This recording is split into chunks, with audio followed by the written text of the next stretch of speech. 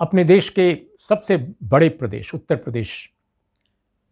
प्रदेश की सरकार, भाजपा सरकार, आखिर वो अपने यहाँ जनसंख्या पर, आबादी पर, पॉपुलेशन पर कंट्रोल चाहती है, या जिस पॉपुलेशन पर वो कंट्रोल चाहती है उसी पॉपुलेशन के लिए, वहीं की आबादी के लिए, वहीं के लोगों के लिए वो खतरा भी बढ़ा रही है, वो खतरे भी पेश कर रही है।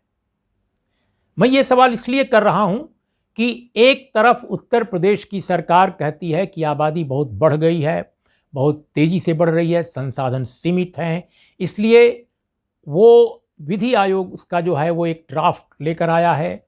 अब उस ड्राफ्ट पर उत्तर प्रदेश सरकार फैसला कर सकती है, उसको एग्जीक्यूट भी कर सकती है, और उसके मुताबिक कई कानून, कई प्रावधान बनाए गए हैं। 2 बच्चा नीति बनाई गई है कि जो 2 बच्चे से ज़्यादा जिनको बच्चे होंगे उनको लोकल बॉडी इलेक्शन से बाहर रखा जाएगा। कुछ प्रदेशों में ऐसा किया जा चुका है।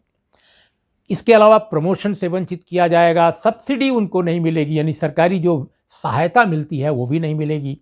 ये सब चीज़ें सजेस्ट की गई हैं। फिर एक बच्चा नीति के लिए भी कुछ प्रावधान करने की बात सुनी जा रही है कि उसके क्या बेनिफिट्स होंगे, क्या उसके फ़ायदे होंगे, ये सब भी हो सकता है सजेशंस जो हों वो एग्जीक्यूट किए जाएं भविष्य में।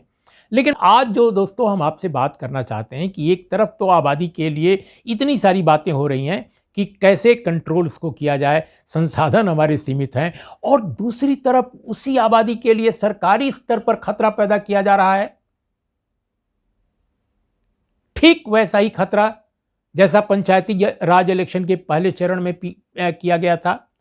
और दुनिया भर के वैज्ञानिकों ने, एक्सपर्ट्स ने, कोविड-19 के जानकारों ने कहा था कि भारत में, खासकर उत्तर भारत में जो हिंदी भाषी क्षेत्र हैं भारत के, वहां पर कोरोना की दूसरी लहर के पहले जो सुपर स्प्रेडर, यानी जो माना गया कि सबसे अधिक जिनकी वजह से कोरोना का प्रसार हुआ, वो चीज़ें 2 थीं। वो एक कुंभ मेला उत्तराखंड में, हरिद्वार में, और दूसरा जो था उत्तर प्रदेश के पंचायती राज इलेक्शन, जिसमें टीचर्स और बहुत सारे जो सरकारी कर्मी थे वो उसके प्रभाव में आ गए थे। बहुत सारी डेथ्स हुई थी। डेथ्स की, मौतों का फिगर जो है उसको लेकर भी विवाद रहा।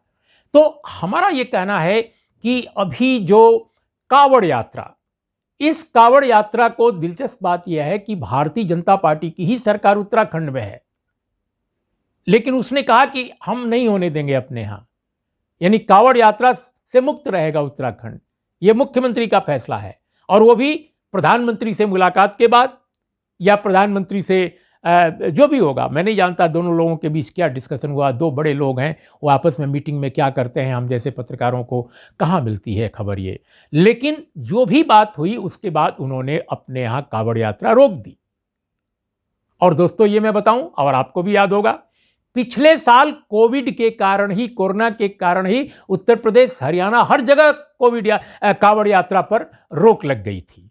तो आखिर इस साल जब तीसरी लहर, कोरोना की तीसरी वेव की इतनी सारी चर्चा है, इतनी सारी आशंकाएं हैं, स्वयं प्रधानमंत्री कह चुके हैं कि कोरोना की तीसरी लहर अगर आती है तो वो अपने आप नहीं आएगी, यानी उनका संकेत है कि उसमें योगदान जो होगा हमारे लोगों का होगा, जो नहीं मान रहे हैं बाजार में जाने से, और बाजार में भी पूरे भीड़ के साथ जा रहे हैं लोग, मास्क नहीं लगाते, कई बार वैक्सीनेशन की गति धीमी है।